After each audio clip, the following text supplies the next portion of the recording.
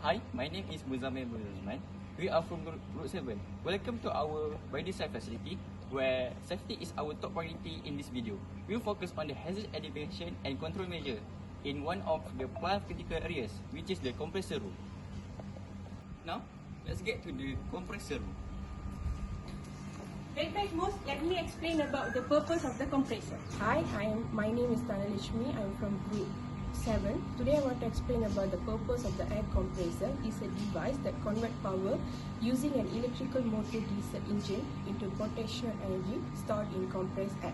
The compressed air is the use for various applications across industries. The first one is medical and healthcare. For an example, air compress provide clean compressed air for medical devices like ventilators and respiratory system. After that, it is the energy storage, such as in renewable energy system. Air compressors store energy in the form of compressed air for later use. Now we can go to the air compressor room. Now, let's get to the compressor room. Hi, my name is Murugan Kumar. This is our air compressor. I'm going to explain about hazard related to the air compressor. Okay, the first thing of the common hazard of the air compressor is noise. Okay, the air compressor often produce noise exceeding to 85 dB, more than 85 dB. As per OSHA, Occupational Safety and Administration, the limit exposure is 8 hours and not exceeding to 85 dB. These can consequences of this noise to air compressor, which can lead hearing damage, fatalities and stress. The second hazard of the air compressor is slip trip fall. Leaking oil from air compressor can make the surface slippery, such as, for example, like this.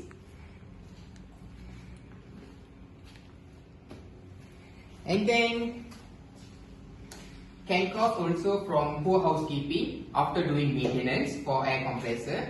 These can cause a bodily injury, fatalities, equipment damage and environmental damage. Okay, the following hazard will continue by Emaguru Chandiran. My name is Emaguru Chandiran and now I'll talk about the third hazard of the compressor area. So the third hazard is overpressure. Overpressure happens when the pressure exceeds the set limit.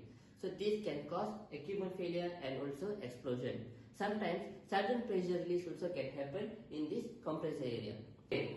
The next hazard of this compressor is overheating. So generally when compressor runs, it generally heat. So sometimes overheat can happen and this can lead to burns and also explosions. Explosions can happen when it involves compressive gas lines. So for the control measures for the noise exposure exposed by the compressor is the first one. We have engineering controls, which we can install sound enclosures. Sound enclosure used to encapsulate the compressor in a soundproof enclosure to reduce noise transmission. And then the second engineering controls is we can install vibration dampers, use anti-vibration mounts or isolation pads to minimize vibrations that also contribute to noise. And then for the second one, we also involve in the administrative control, which we can operate compressors in off-peak hours, which by the meaning is to schedule operations to minimize exposure during high activity periods. And then we can also, as administrative, we can establish restricted areas, which to do so we can limit access to areas near the compressor to reduce worker exposure. And the third one we have regarding about personal protective equipment. I know that this is the least effective control measure.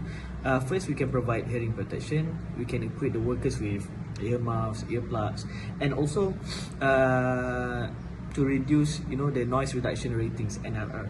And also, after we provide the PPE, we can also use it for double hearing protection, because in extremely noise environments, we can use both earplugs and earmuffs for enhanced protection. That's it. That's all from us. Thank you.